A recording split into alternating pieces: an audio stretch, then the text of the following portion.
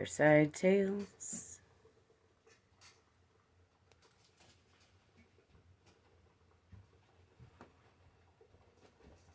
Hello,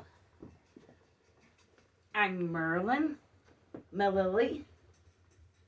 Welcome to my fireside, where I tell weird tales within tales. And I drink coffee.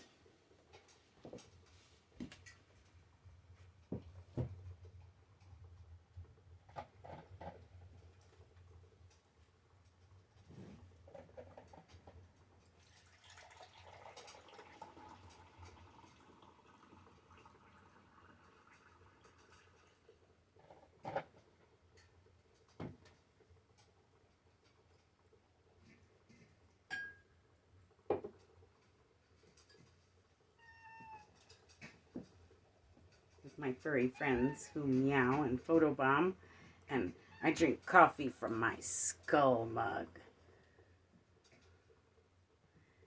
'Cause I'm a deadhead.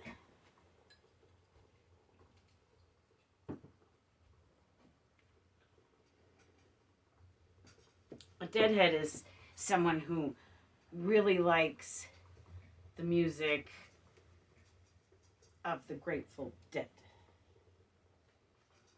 It's a 60s psychedelic rock band, and they got their name from an old, very old story from the Tibetan Book of the Dead.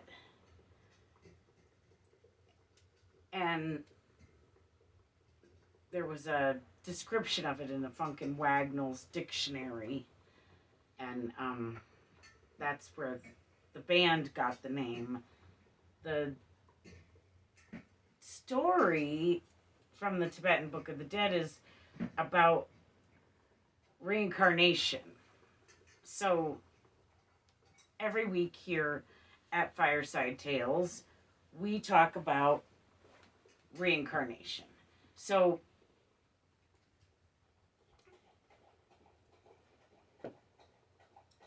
since my reincarnations include some connections with the Grateful Dead, and the story is about reincarnation, and it was told to me, as it should be, by a deadhead by a fire, I tell it every week here at Fireside Tales, because one of the things I'm trying to do with this show is to get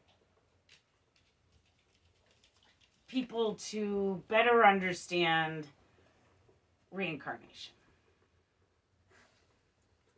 So that's why we're here, and today is no different than any other week when we film Fireside Tales, and we are going to cover the story of the Grateful Dead. One of the reasons I'm so connected to my past lives is because when I was a teenager, I was given a key to a metaphysical, it was a meditative key. I was given it to a meditative place, metaphysical place, a place that doesn't exist in our regular physical realm. This place that I got a key to is the Akashic Records, or the Akasha, where every soul has a book, and every book is a record of every soul's lives.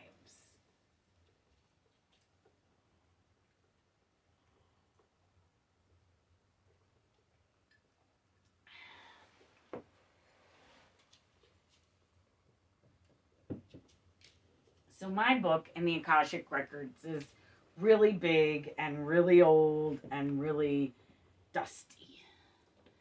And, well, it's not so dusty since I've been making this show because I keep going back in and checking it out. But it's a meditative book and a meditative library. You get there, obviously, through meditation. And in my book, in the meditative library or the Akashic Records, each life in my book has different threads that connect each life.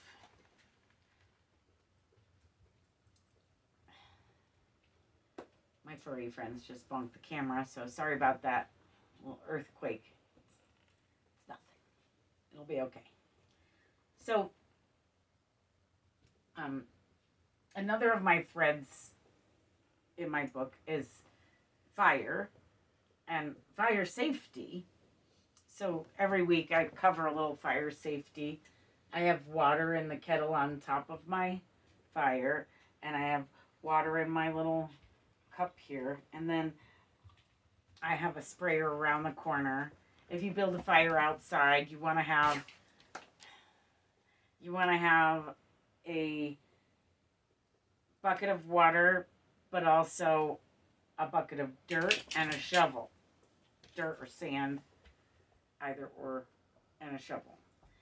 And then if it's outside, you want to make sure that you line your fire pit with rocks and that there's nothing growing in there and that there's no overhanging branches where you've chosen to line your fire pit with rocks. And then you can have a fire. I live in California, and there's always fire danger here, it seems. Even when Smokey says there's low fire danger, compared to everywhere else, there's always high fire danger here. So, my book in the Akashic Records covers fire safety, meditation.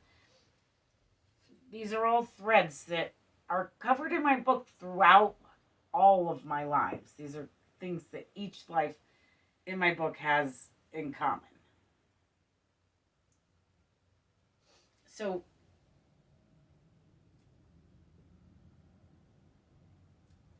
another thing, before I meditate and before I do a ritual, I smudge and ground. This is a smudge stick. It's made of sage. This is another of my threads. I've been doing this for thousands of years throughout lifetimes. Before I meditate,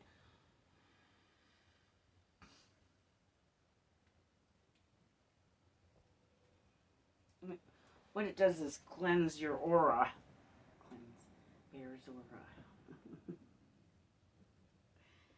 Since he wants to photobomb. So, it cleanses your aura. But make sure when you do smudge that you have some water nearby. And so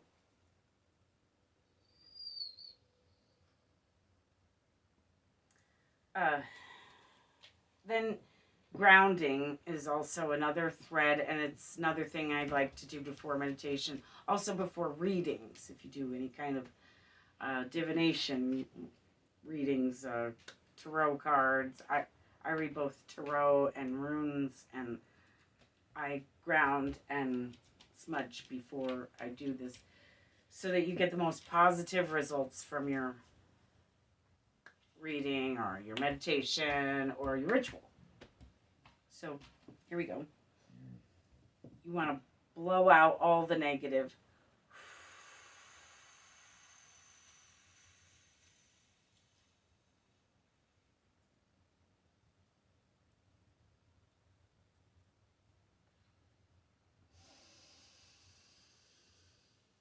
And breathe in positive, and then think an uber positive thought.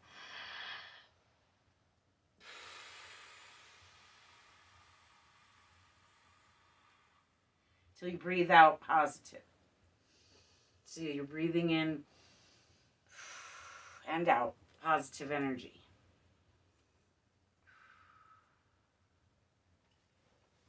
So those are all threads that are all in my book.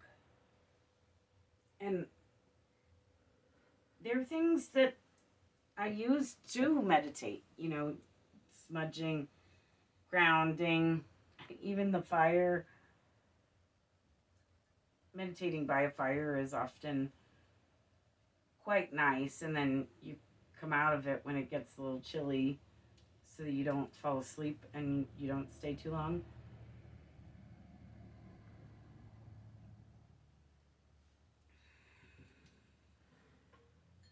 And it's better than a candle.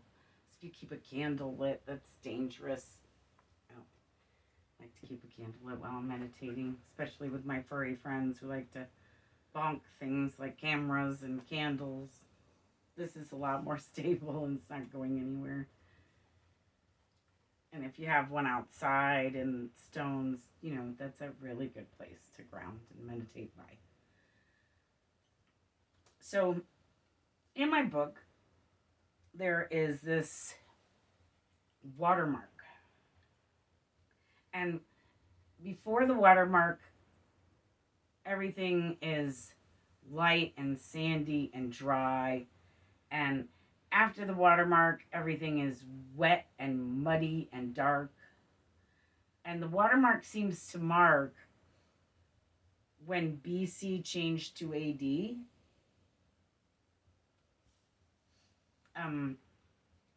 In time span, and every life that is in the light sandy part is extremely long, like thousands of years long, and the lives in the wet dark part are short, very short.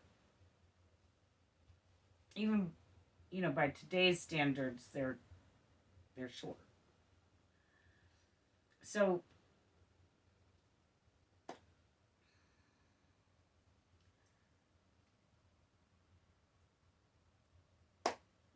every week here at Fireside Tales, I tell the story of the Grateful Dead, like I said, as it should be told, from a deadhead by a fire.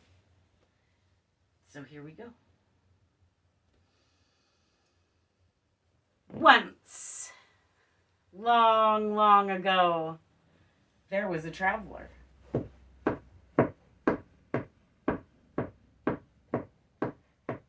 It was so long ago that she traveled by foot.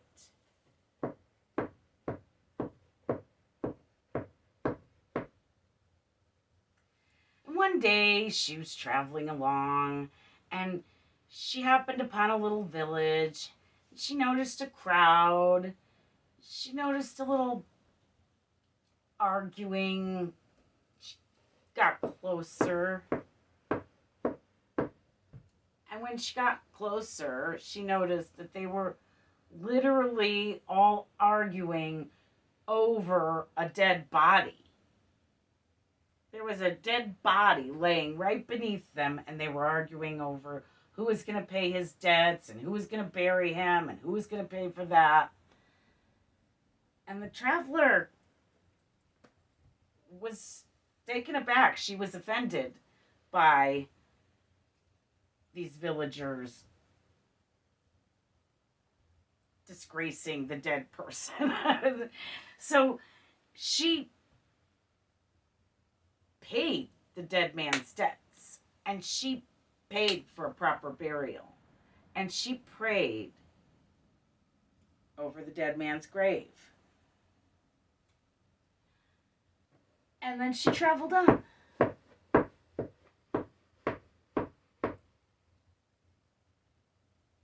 And then one day, decades later, the traveler, the same one from the beginning of the story, happened upon a life or death situation in which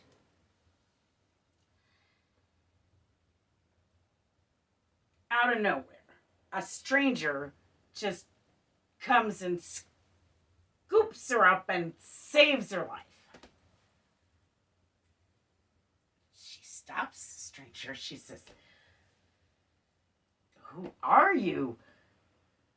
Thank you. Where did you come from? Why did you save my life?" And the stranger simply says, "I am the Grateful Dead."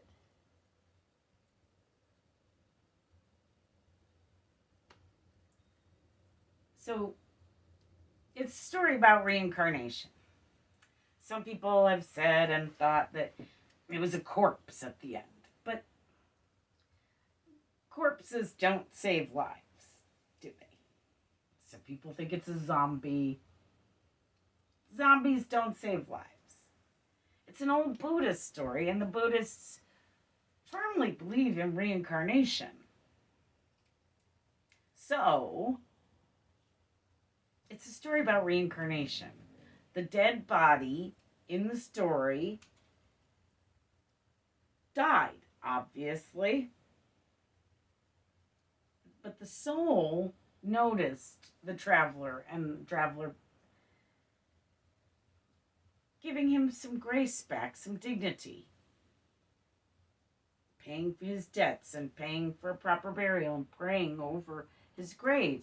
He was grateful for that and then sought her out to repay his debts.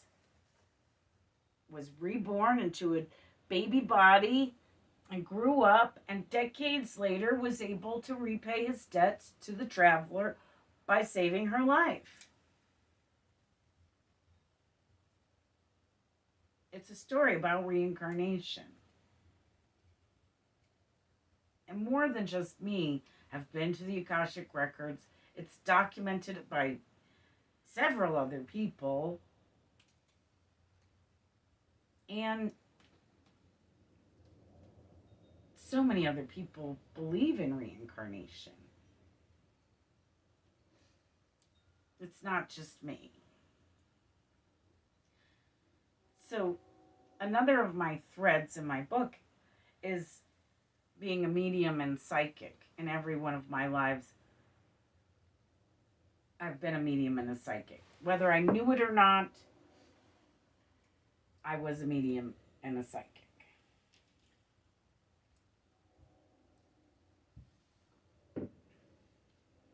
So,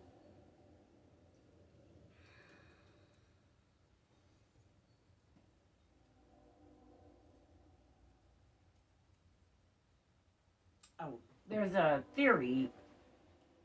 It's not really. I don't consider it a theory anymore. I used to say it was a theory, but now, I mean, it's just too many spirits have told me this, and it's just too real to be theory anymore. And it is that all the spirits say that when a soul is reincarnated, it's because they were murdered.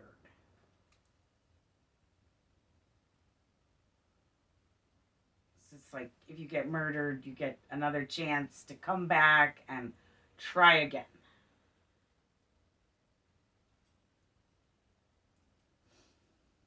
So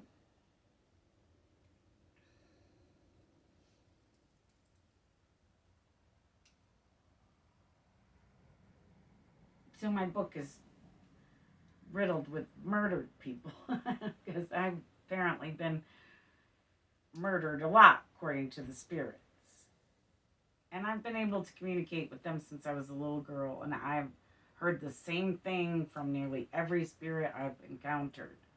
Some of them I haven't asked, but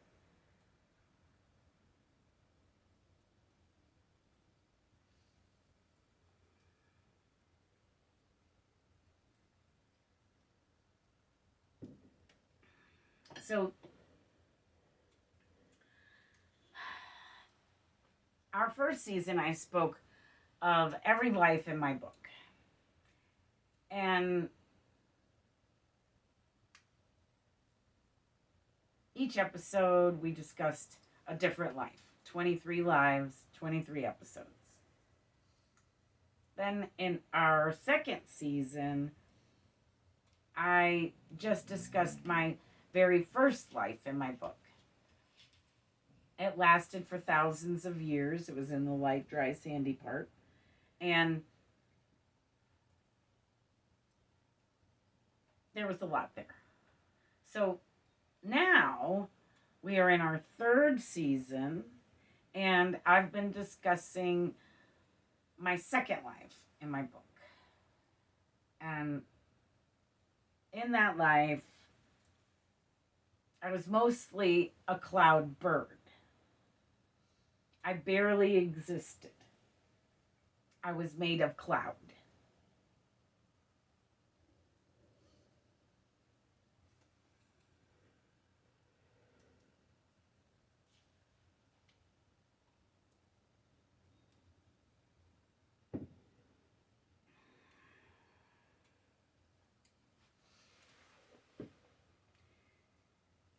But today, we are going to be discussing the childhood of this life.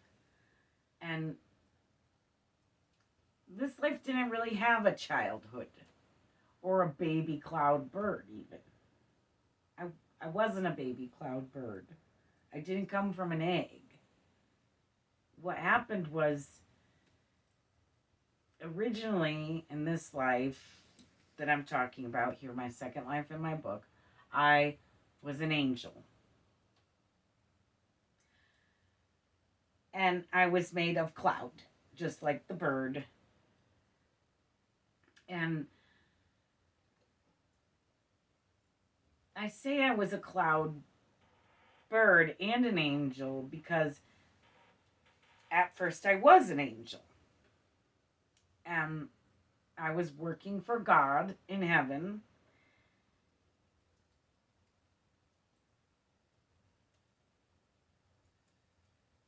I know this sounds crazy, but this is what was in my book, what is in my book. And I don't exaggerate or embellish it.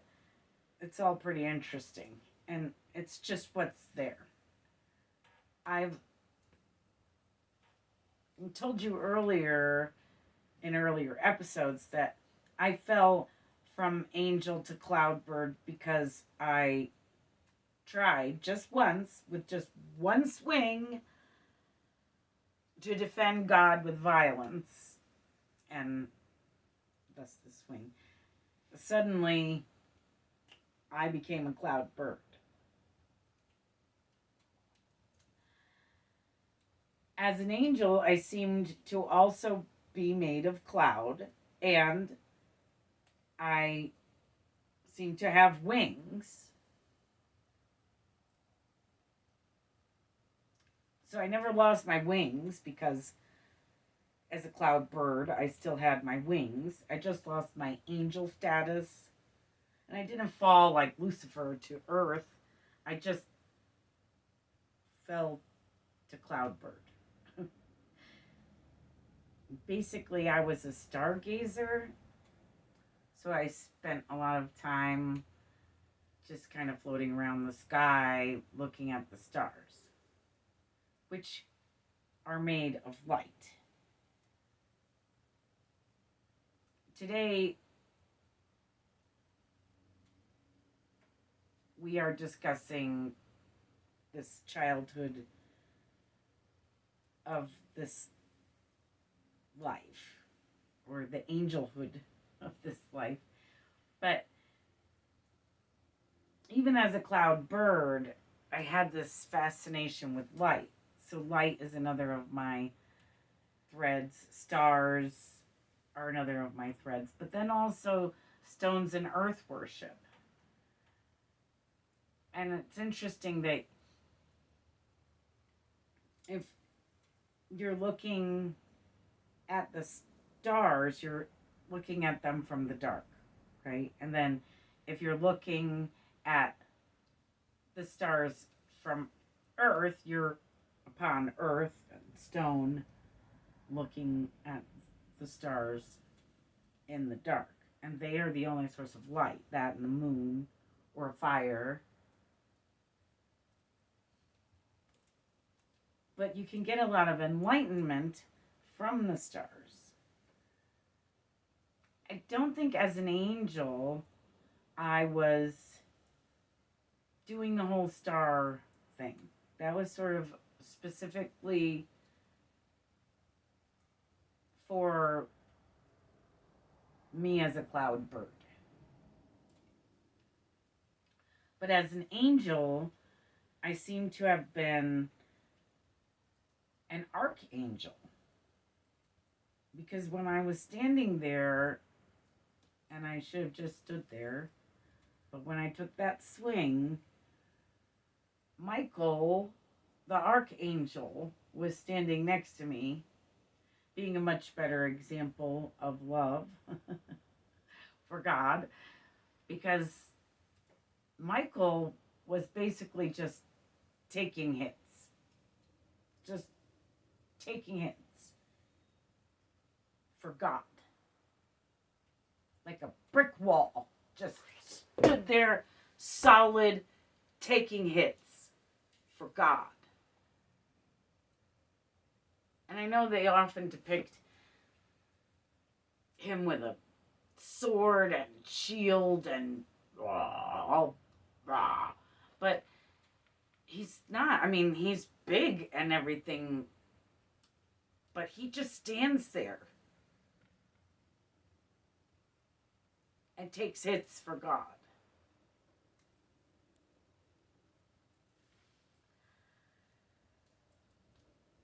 When I learned all of this, it was just in this life. So this is sort of strange and new to me. And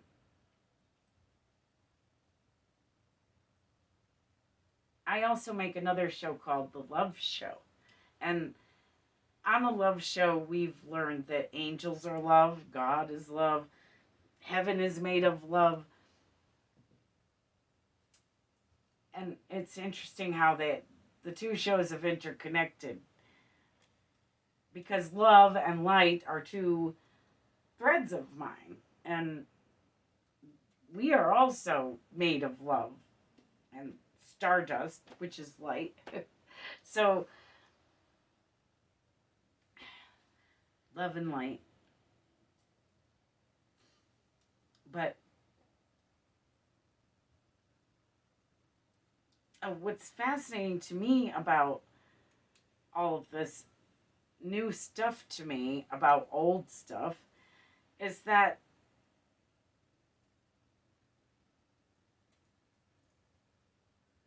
on The Love Show, I've been basically making a list of all the things you can use in defense of God.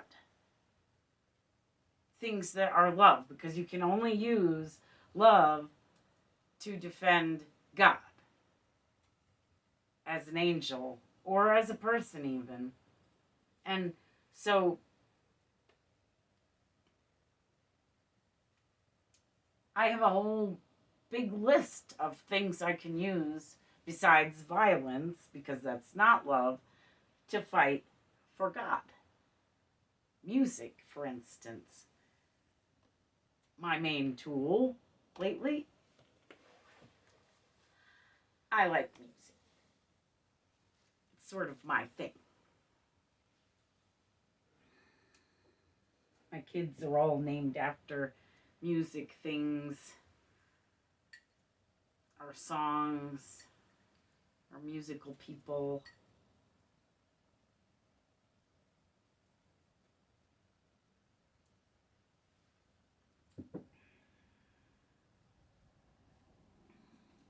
So, light has been very important to me, and I believe that that's mainly the difference between the angel and the cloud bird is light. There's way more light for an angel than there was for the cloud bird, but I had to be in the dark to see the stars, right? So to study the stars, I had to be a cloud bird to study them in the way that I studied them for thousands of years, in the way that the galaxy moves and the great year, and it's just,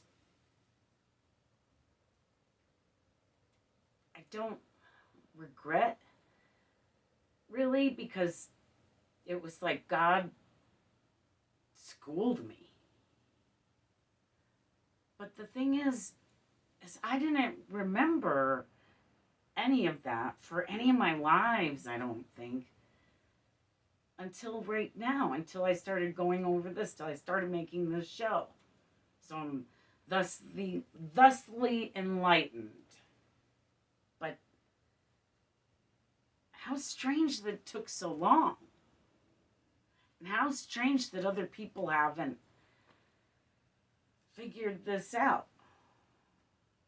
Churches, for instance. Why don't they tell you in church that you can't fight for God with violence?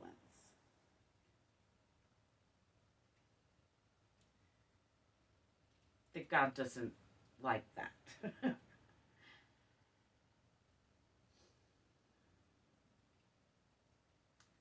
Just struck by a saying. I can't remember who said it, but someone said, if you want to hear God laugh, I'd change it a little and tell her your plans. I heard it as tell him your plans, but if you want to hear God laugh, tell her your plans, because I'm pretty sure she's a her. I don't think a man is capable, actually, I know a man isn't capable by themselves of creating such beauty as our planet, as our people can be. We really can bring heaven to earth. I've been talking about it on the Love Show. And I think with selfless deeds, regular selfless deeds, we could bring heaven to earth.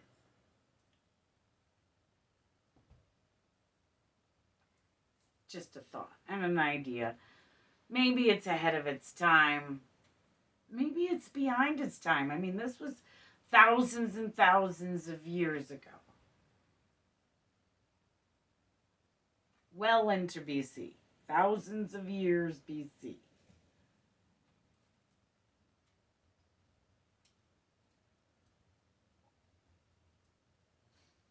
So I never lost my wings, just my angel status. And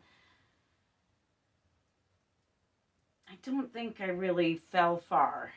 It just was a matter of light.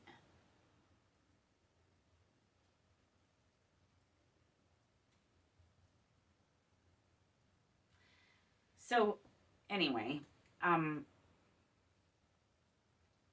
another thing we do every week here at Fireside Tales is I've been playing a song for you to end the show. And I originally started using David Crosby's Deja Vu. And then I wrote a song called Reincarnation that was about reincarnation.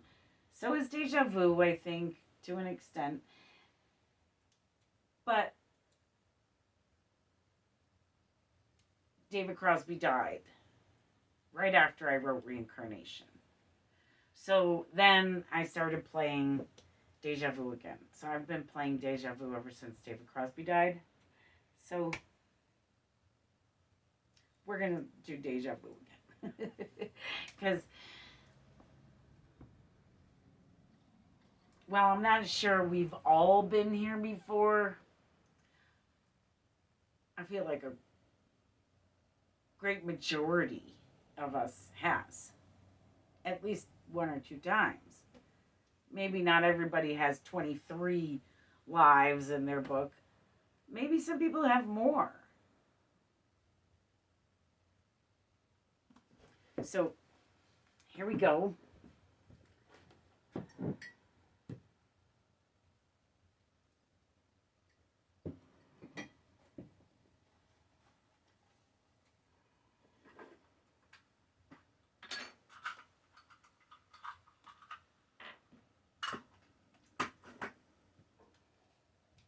Music.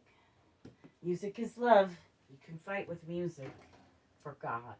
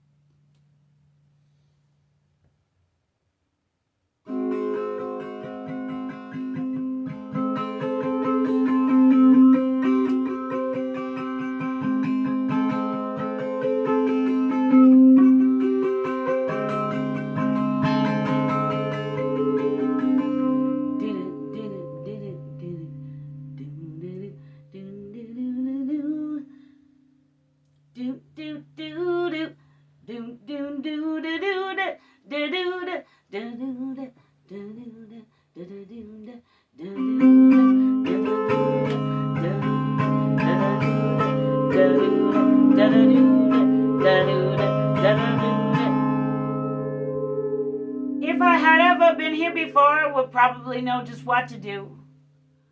Don't you?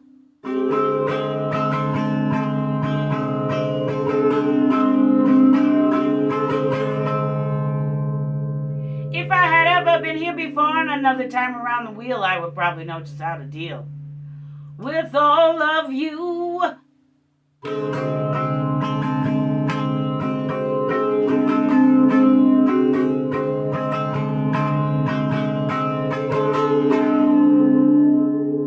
And I feel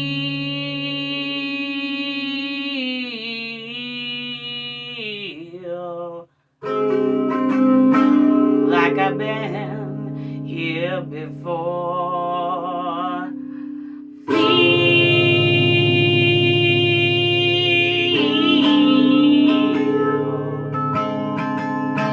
Like I've been here before, and you know, it makes me wonder what's going on.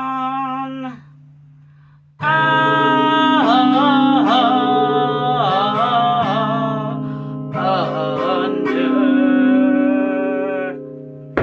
the ground.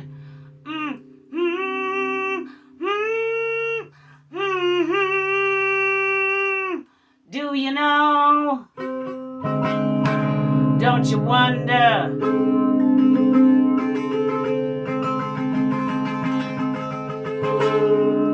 What's going on down under you? La da da, la da da, la da da, da, la da da da.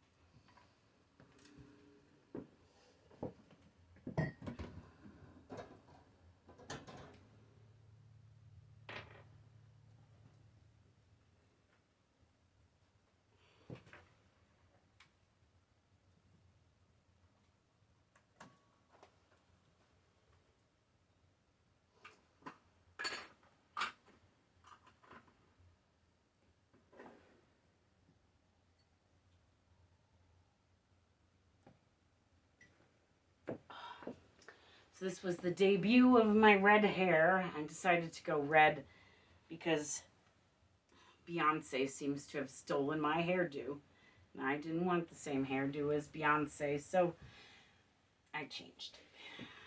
Went back to red. I had red for a while before I started making either the Love Show or Fireside Tales. Then I was doing red on the off season so I wouldn't be recognized when I went places, and blonde when I was making shows or videos too. Even my music videos, I would generally stay blonde for those, and or wear my hat. I'm also known for wearing a top hat. It's sort of my brand. Top hat. Before there was a brand, it was my brand. Before people did that or said that or used that or whatever. It's my trademark, I guess you could say. I would wear it for these shows, but then it would be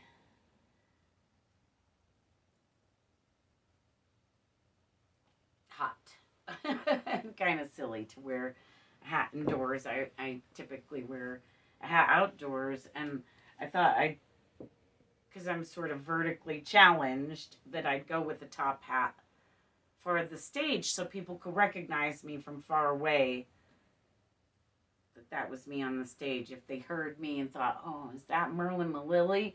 And then looked and saw a top hat, they would know, yes, it's Merlin Mililli.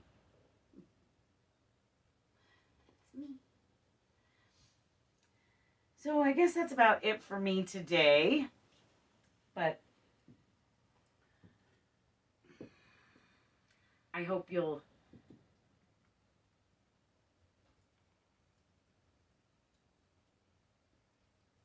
help me in my endeavor to bring heaven to earth with selfless deeds.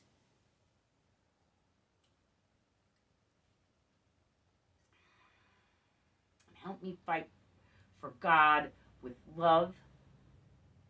I would be ever so grateful. Gratitude is also love. Selfless deeds are love.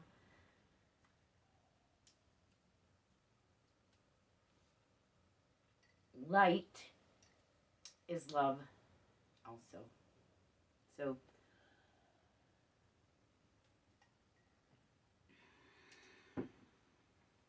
I love you. I say that at the end of all my love shows. But since we're talking about love so much today, I thought I'd throw that out there for you. Thanks for watching. Have a weird and wonderful weekend.